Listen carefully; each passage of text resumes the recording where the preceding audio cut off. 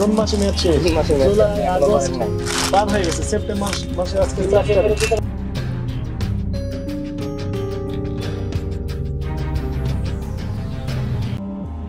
অপরাধের তুলনায় জরিমানাটা কি বেশি হয়ে গেল কিনা? 1 লক্ষ টাকা জরিমানা অথবা 2 বছরের কারাদণ্ডের বিধান ছিল। আমাদের 1 মাস যাবত ব্যবসা বাণিজ্য ঠিক মতো হয় নাই।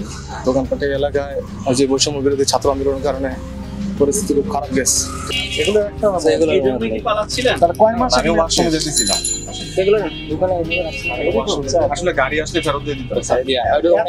এগুলো নিচে নামায় রাখছি যে গাড়ি আসলে কোন মাস? সেপ্টেম্বর না, তাহলে জুন মাসে মেয়াদ শেষ, জুলাই আগস্ট পার হয়ে গেছে, সেপ্টেম্বর মাসে আজকে 4 তারিখ। কি বলবো স্যার, আমাদের 1 মাস যাবত ব্যবসা বাণিজ্য ঠিক মতো হয় নাই। দোকানপাট এলাকায় যে বৈষম্য বিরোধী ছাত্র আন্দোলনের কারণে পরিস্থিতি খুব খারাপ গেছে। ঠিক মতো ব্যবসা বাণিজ্য করতে পারি নাই। এখন কি আর করার?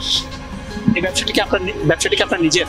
না, আমার আঙ্কেলের ব্যবসা, আমি চালাই আর কি। আপনি কোন সাথে কথা বলেছেন যে আপনি আঙ্কেল অসুস্থ, উনি আসতে পারে না, অসুস্থ, উনি বাসায় আছে। 5 প্যাকেট বিস্কিট পেয়েছে শুধু। হ্যাঁ, 5 প্যাকেট। 5 প্যাকেট বিস্কুটের দাম কত? 5 প্যাকেট হচ্ছে আপনার 5 নম্বর কত? 450 টাকা। 450 টাকা। আবার এমন অভিযোগ আছে আপনার দোকানে আপনি উৎপাদনের তারিখ লেখেন নাই, মেয়াদ লেখেন নাই, এরকম কোনো পাওয়া যাচ্ছে? এরকম 1-2 প্যাকেট পাইছে আমার কাছে। এই জন্য আপনাকে কত জরিমানা করতে হবে? 20,000 টাকা দিলাম।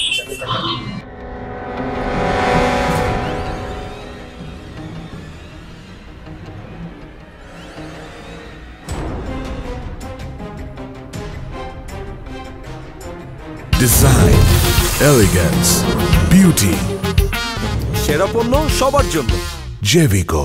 একজন বিক্রেতাকে দেখলাম যিনি জরিমানা 20,000 টাকা দিতে গিয়ে কান্না করে দিলেন। তিনি আমাদেরকে বললেন যে আসলে ওনার অপরাধের তুলনায় ওনাকে বেশি টাকা জরিমানা করা হয়েছে, মাত্র কয়েকটি বিস্কিটের প্যাকেট পাওয়া গেছে মেয়াদ উত্তীর্ণ। এটা আসলে অপরাধের তুলনায় জরিমানাটা কি বেশি হয়ে গেল কিনা? বিষয়টি এইরকম না, সেখানে অনেক বিস্কিট, পাউরুটি এবং কেক বিক্রির জন্য প্রদর্শন করা রয়েছে, যেগুলোতে কোনো লেবেল দেওয়া নেই। অর্থাৎ উৎপাদনের তারিখ কত, মেয়াদ কতদিন থাকবে, এই বিষয়ে কোনো সুস্পষ্ট তথ্য সেখানে দেওয়া নাই। আপনারা জানেন যে বিস্কিট, কেক, পাউরুটি এগুলো বাচ্চারা এবং মুরব্বী যারা ওনারাও পাউরুটি খান। তো ফলে এই মেয়াদোত্তীর্ণ পাউরুটি যদি খেয়ে কেউ অসুস্থ হন, এই দায়িত্ব তো এই দোকানদারকে নিতে হবে।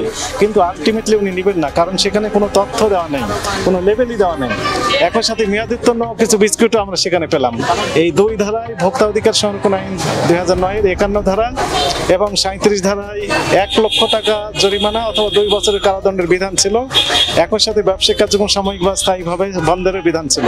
সেখানে এই প্রতিষ্ঠানটিকে সতর্কতামূলকভাবে 20,000 টাকা জরিমানা করা হয়েছে। আমার মনে হয় না এটি বেশি হয়েছে।